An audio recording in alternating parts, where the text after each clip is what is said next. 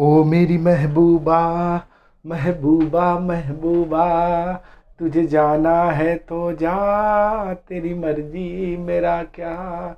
पर देख तो जो रूठ कर चली जाएगी, तेरे जाते ही मेरे मरने की खबर आएगी।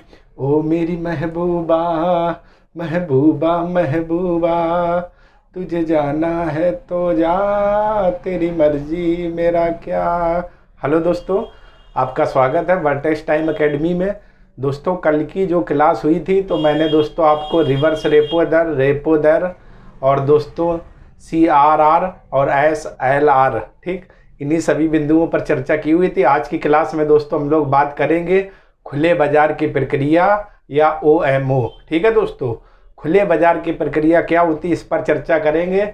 और जिन लोगों ने अभी तक मेरे चैनल को लाइक और सब्सक्राइब नहीं किया है तो दोस्तों आप लोग कर लीजिए लाइक और सब्सक्राइब, क्योंकि आज की क्लास में दोस्तों आप सभी को मज़ा आने वाला है। ठीक है दोस्तों, तो चलिए दोस्तों आज की क्लास दोस्तों हम लोग शुरू करते हैं खुले बाजार की प्रक्रिया।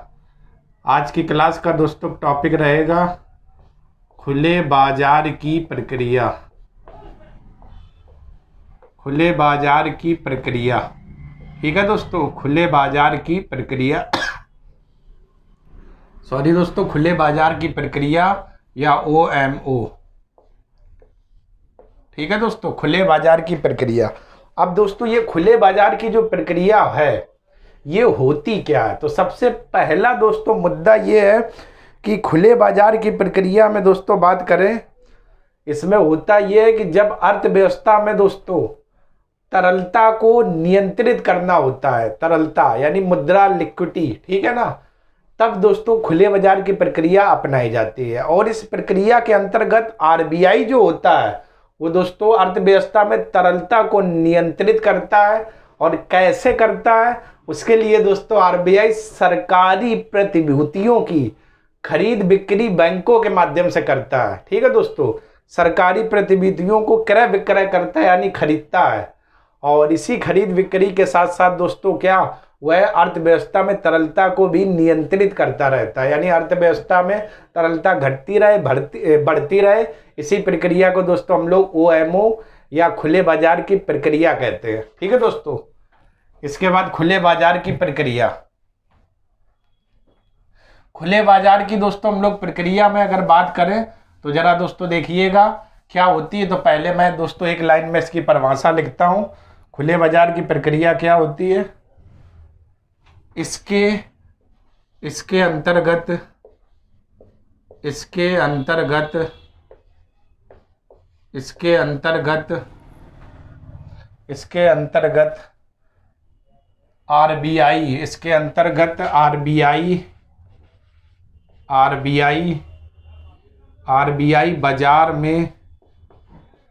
RBI बाजार में तरलता को नियंत्रित करने के लिए, बाजार में तरलता को नियंत्रित करने के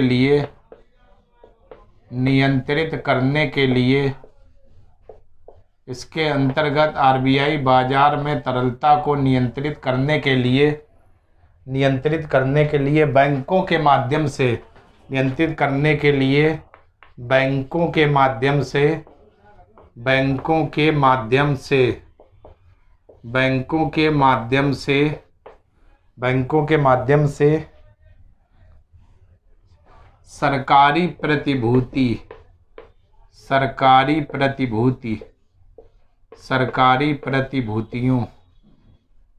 सरकारी प्रतिभूतियों का क्रय विक्रय करता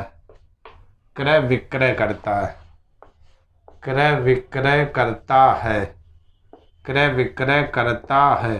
ठीक है दोस्तों, तो ये दोस्तों मेन पॉइंट ये हो गया। अगर आपसे पूछा जाए खुले बाजार की प्रक्रिया दोस्तों क्या है, तो आप उसे क्या बताओगे।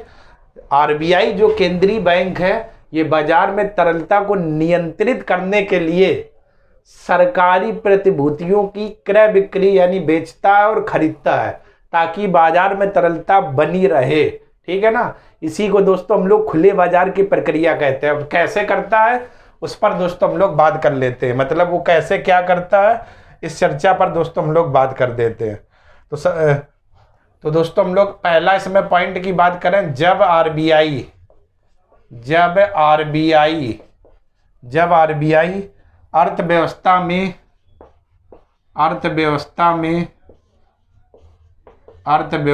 में जब आरबीआई अर्थव्यवस्था में मनी सप्लाई बढ़ाना चाहता है, अर्थव्यवस्था में मनी सप्लाई बढ़ाना चाहता है, मनी सप्लाई बढ़ाना चाहता है मनी सप्लाई, तो वह सरकारी प्रतिभूतियां खरीदता है, तो वह सरकारी प्रतिभूतियां खरीदता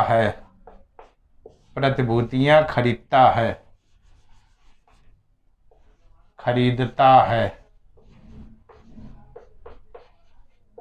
ठीक है दोस्तों, तो यानी कि जब आरबीआई पहले क्या काम करता है, खरीदेगा कब, जब आरबीआई अर्थव्यवस्था में मनी सप्लाई को बढ़ाना चाहता है, ठीक, तब दोस्तों वो सरकारी प्रतिभूतियां खरीदता है आरबीआई, ताकि दोस्तों अर्थव्यवस्था में मनी सप्लाई बढ़ जाए। ठीक है ना, ये तरलता घटती बढ़ती रहती, उसी को नियंत्रित करता है खुले बाजार की प्रक्रिया। ठीक, तो जब आरबीआई अर्थव्यवस्था में मनी सप्लाई बढ़ाना चाहता है तो वह सरकारी प्रतिभूतियों को खरीदता है। और जब दोस्तों मनी सप्लाई को अर्थव्यवस्था में कम करना होगा तो वह सरकारी प्रतिभूतियों को क्या करेगा, बेचेगा। तो एक तो दोस्तों ये पॉइंट हो गया, जब आरबीआई अर्थव्यवस्था में मनी सप्लाई बढ़ाना चाहता है तो वह सरकारी प्रतिभूतियां खरीदता है। और वहीं दूसरी ओर बात करें, जब आरबीआई अर्थव्यवस्था में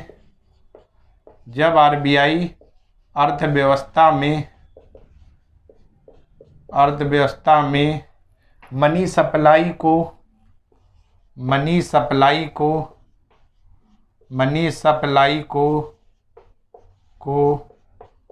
कम करता है, मनी सप्लाई को कम करना हो, जब आरबीआई अर्थव्यवस्था में मनी सप्लाई को कम करता है या कम करना होता है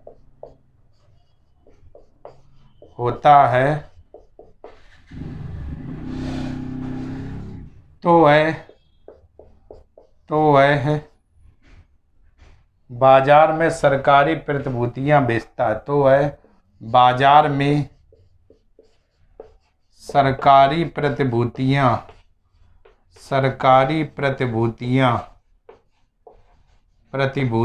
बेचता है। ठीक है दोस्तों, बेचता है। ठीक, अब आरबीआई दोस्तों बाजार में सरकारी प्रतिभूतियों को बेचेगा तो उससे क्या होगा, लोगों के पास जो पैसा है दोस्तों, आरबीआई बेच रहा है तो लोगों के पास जो पैसा है बाजार में, उसके बदले में दोस्तों बाजार के लोग आरबीआई को पैसा देंगे, और पैसा जब देंगे तो आरबीआई के पास दोस्तों पैसा आएगा। ठीक, और जब दोस्तों पैसा आएगा तो क्या किया जाएगा, जो तरलता दोस्तों ये घटती बढ़ती रहती तरलता है अर्थव्यवस्था में, ये दोस्तों नियंत्रित बनी रहेगी। और जब बाजार में पैसा नहीं होता है तब वो दोस्तों क्या करता है, सरकारी प्रतिभूतियों को बेचता है, ये खरीदता है। ठीक है दोस्तों, ये चीज है।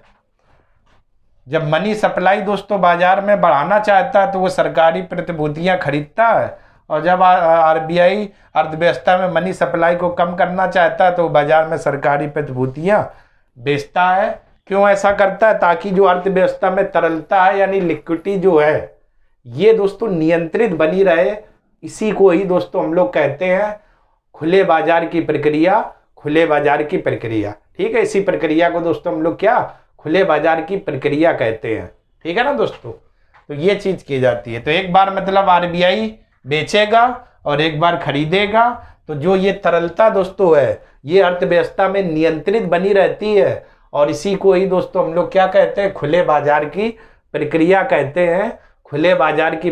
कहते हैं। ठीक है दोस्तों, समझ पा रहे हैं ना। तो चलिए दोस्तों, आप लोग इतने का स्क्रीनशॉट ले लीजिए, फिर दोस्तों हम लोग बात करते हैं आरबीआई का गुणात्मक नियंत्रण। एक दोस्तों हो गया आरबीआई का शाख नियंत्रण। अब दोस्तों हम लोग बात करेंगे आरबीआई का गुणात्मक नियंत्रण।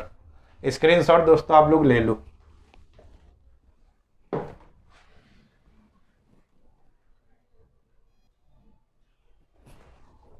चलिए दोस्तों अब हम लोग देखते हैं आरबीआई का गुणात्मक उपकरण। और अभी तक दोस्तों हम लोगों ने मात्रात्मक उपकरण देखा, जिसमें दोस्तों आपने बैंक दर पढ़ा, रेपो दर पढ़ा, रिवर्स रेपो दर पढ़ा, सीआरआर पढ़ा, एसएलआर पढ़ा, दोस्तों खुले बाजार की प्रक्रिया पढ़ी। अब दोस्तों बारी आ गई गुणात्मक उपकरण। ठीक, तो गुणात्मक उपकरण में दोस्तों पहला जो आपके पास है वो है उपभोक्ता ऋण विनिमय। तो इसके द्वारा, इस पद्धति के द्वारा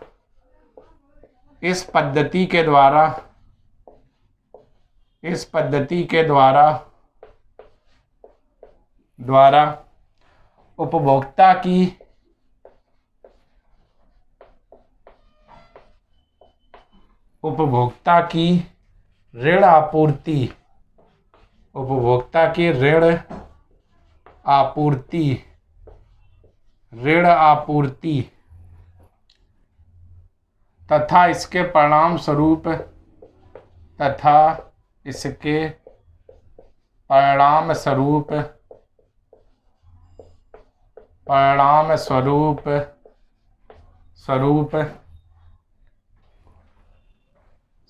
मुद्रास्फीति को भी नियंत्रित किया जाता है।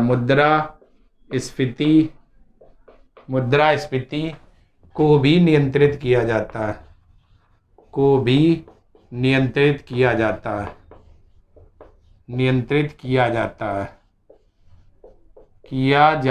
है। ठीक है दोस्तों, यानी इस पद्धति के द्वारा उपभोक्ता के ऋण आपूर्ति, यानी उपभोक्ता के पास जो ऋण की कमी रहती है, ऋण की आपूर्ति नहीं होती है वो, और दोस्तों मुद्रास्फीति को क्या किया जाता है, इसी के तहत नियंत्रित किया जाता है। और इसी को दोस्तों हम लोग क्या कहते हैं, उपभोक्ता ऋण विनिमय। ये दोस्तों पहला माध्यम था गुणात्मक उपकरण में। इसके बाद दूसरा दोस्तों जो आपका गुणात्मक उपकरण में है, प्रचार दोस्तों है। प्रचार मैंने देखना दोस्तों जब वर्गीकरण किया था तो प्रचार में ही पढ़ाया हुआ था। प्रचार दोस्तों क्या, आरबीआई अपनी विभिन्न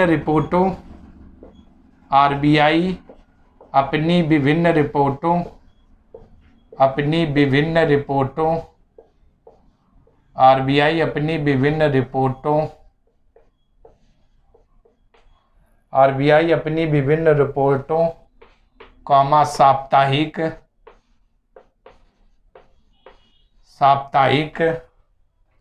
और मासिक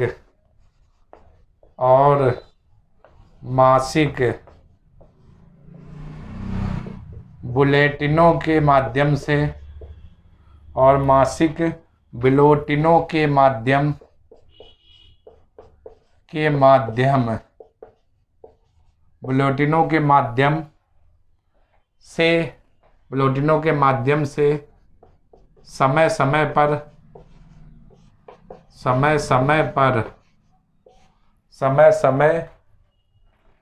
समय समय पर यह बताता रहता है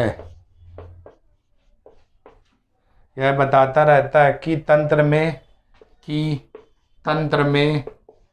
तंत्र में क्या अच्छा है और क्या बुरा है। तंत्र में क्या अच्छा है और क्या बुरा है। ठीक है दोस्तों, तो ये एक सुधार करता है गुणात्मक उपकरण में। मतलब आरबीआई क्या, आप लोग दोस्तों पेपर पढ़ते होंगे और उसमें लिखकर आता होगा आरबीआई ने ये सुधार किया, बैंक दर वो रही, रेपो दर वो रही। तो आरबीआई दोस्तों इन पत्रों के माध्यम से, ठीक, वो दैनिक हो सकता है, साप्ताहिक भी हो सकता है, बुलेटिन दोस्तों, विभिन्न प्रकार के रिपोर्ट भी जारी करता है आरबीआई, और उनके माध्यम से बताता रहता है कि हमारे लिए कौन सा तंत्र सही है और कौन सा गलत है। तो प्रचार के माध्यम से भी दोस्तों आरबीआई बैंकों में क्या करता है, सुधार करता रहता है, और दोस्तों वो सूचनाएं हम तक पहुंचती हैं। ठीक है दोस्तों, तो यही लिखा हुआ कि आरबीआई अपनी विभिन्न रिपोर्टों, साप्ताहिक और मासिक बुलेटिनों के माध्यम से समय समय पर यह बताता है कि तंत्र में क्या अच्छा है और क्या बुरा है। इसकी दोस्तों सूचना देता रहता है। इसी को हम लोग क्या कहते हैं दोस्तों? प्रचार कहते हैं, प्रचार कहते हैं। इसके बाद दोस्तों तीसरा हम लोग बात करें तो तीसरा दोस्तों हमारा रहेगा नैतिक दबाव।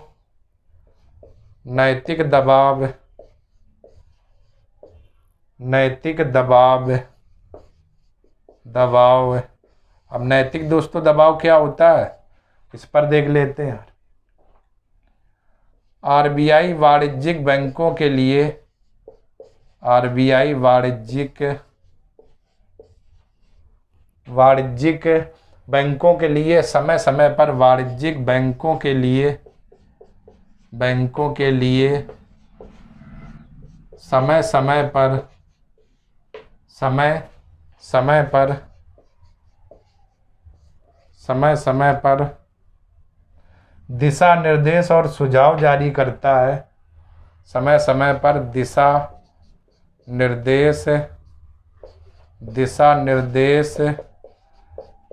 और सुझाव जारी करता है, और सुझाव जारी करता है। ठीक है दोस्तों, और क्या करेगा? सुझाव जारी करता है। इसी को दोस्तों क्या कहते हैं? नैतिक दबाव। मतलब इसमें आरबीआई क्या करता है? जितनी भी दोस्तों वाणिज्यिक बैंकें हैं, इन वाणिज्यिक बैंकों को समय समय पर वो दिशा निर्देश देता रहता है और उन बैंकों को ऋण आपूर्ति से वंचित ऋण आपूर्ति से नहीं, और वह नियमों की किसी सख्त कार्रवाई के बगैर उसके अनुपालन के लिए बैंक पर दबाव भी बनाता है। मतलब दोस्तों ये जो मैं इतनी सी गाथा पढ़ गया, इसका मतलब ये है नैतिक दबाव। तो दोस्तों आरबीआई जो होता है वो दोस्तों क्या कार्य करता है?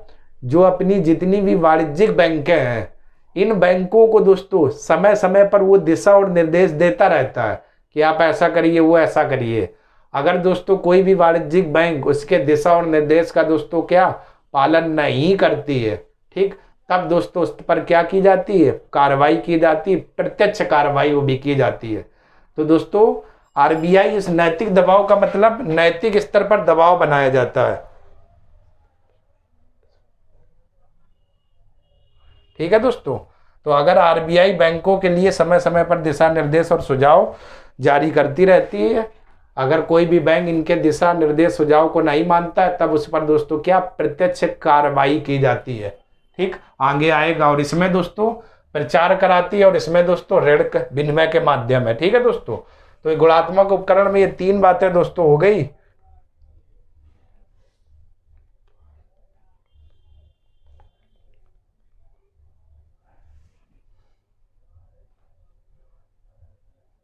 ठीक है दोस्तों, एक दोस्तों इसी का गुणात्मक उपकरण में दोस्तों पहले तो आप दोस्तों इतने का स्क्रीनशॉट ले लीजिए, फिर दोस्तों हम लोग बात करते हैं नैतिक दबाव को लेकर के।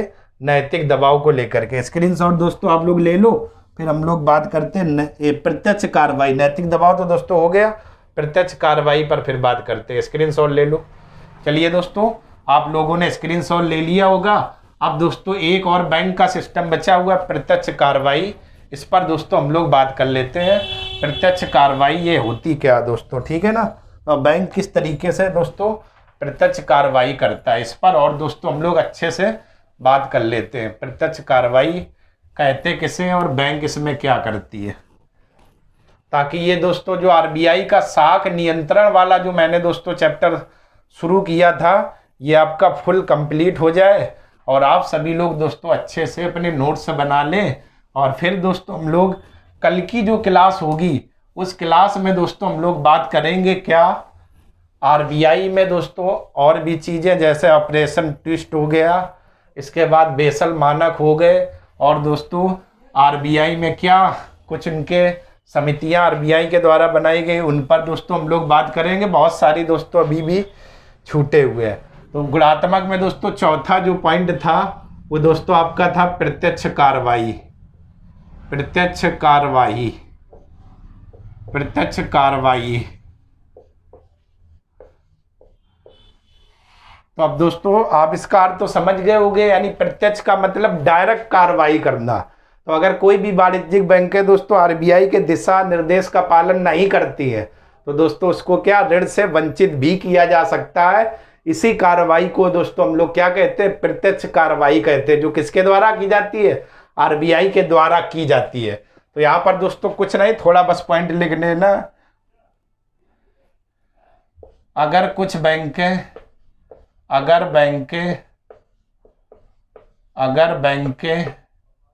आरबीआई के दिशा निर्देश का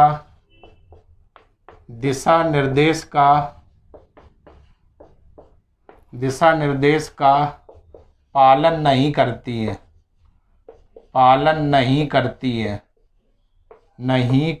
है तो आरबीआई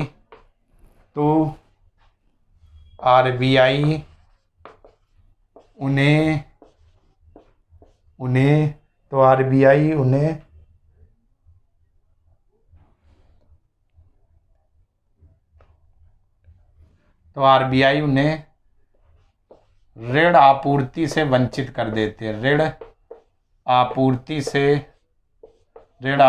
से वंचित कर देता है।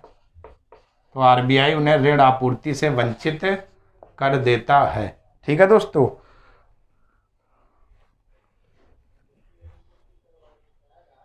ठीक, वंचित कर देता है। और दोस्तों कुछ हो सकता है दंड भी दे दे। ठीक, प्रत्यक्ष कार्रवाई इसी को कहते हैं। आप इसका अर्थ दोस्तों समझ रहे होंगे, प्रत्यक्ष तरीके से एक्शन लेना, और कुछ नया नहीं दोस्तों, इसलिए मैं सीधा सीधा बस आपको लिख दे रहा हूं। ठीक, क्योंकि आप इसी शब्द से समझ जाइए, प्रत्यक्ष मतलब डायरेक्ट, कार्रवाई मतलब कार्रवाई करना। तो जो भी अब नीचे स्तर की बैंकें हैं, तो अगर वो दिशा निर्देश का पालन नहीं करती तो उसे ऋण आपूर्ति से वंचित कर दिया जाएगा, और उसे दोस्तों क्या, दंडित भी किया जाएगा। जैसे क्लास में दोस्तों बच्चे पढ़ाए जा रहे हैं, जैसे मैं आपको पढ़ा रहा हूँ, और आप मेरे दिशा निर्देश का दोस्तों पालन नहीं करेंगे तो हम आपको क्या कर देंगे, सजा देंगे, वंचित करेंगे। सेम वही है। ठीक, तो ये दोस्तों आपकी क्लास थी आरबीआई के साख नियंत्रण, जिसमें से मात्रात्मक आप लोगों ने देखे, गुणात्मक देखे। अगर कोई भी दोस्तों समस्या है तो कमेंट कर दिया करें दोस्तों, मैं उस चीज़ को और भी अच्छे से समझा दूंगा, क्योंकि आप लोग दोस्तों कमेंट नहीं करते और ना ही सब्सक्राइब करते हो दोस्तों। ठीक है, तो आपसे अनुरोध है दोस्तों, कोई भी प्रॉब्लम आए कमेंट करिए। ठीक, तो चलिए दोस्तों, इतने का स्क्रीनशॉट आप लोग ले लो। चलिए दोस्तों, स्क्रीनशॉट ले लिया होगा। अब दोस्तों कल की जो क्लास होगी वो आपके लिए बहुत दोस्तों इंपॉर्टेंट रहेगी।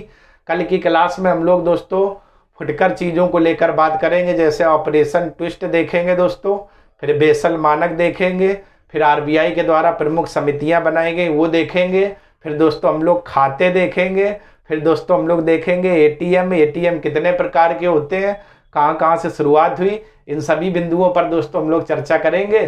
तो आज की दोस्तों क्लास हम लोग यहीं तक रखते हैं। अगर दोस्तों छोटा सा ये वीडियो आपको पसंद आया हो तो दोस्तों चैनल को लाइक करें, सब्सक्राइब करें, और दोस्तों ज़्यादा से ज़्यादा शेयर करें। और कोई प्रॉब्लम हो तो दोस्तों कमेंट करिए, आपकी समस्या का तत्काल दोस्तों यूँ चुटकियों में हल होगा। एक बार आप कमेंट करके तो देखें।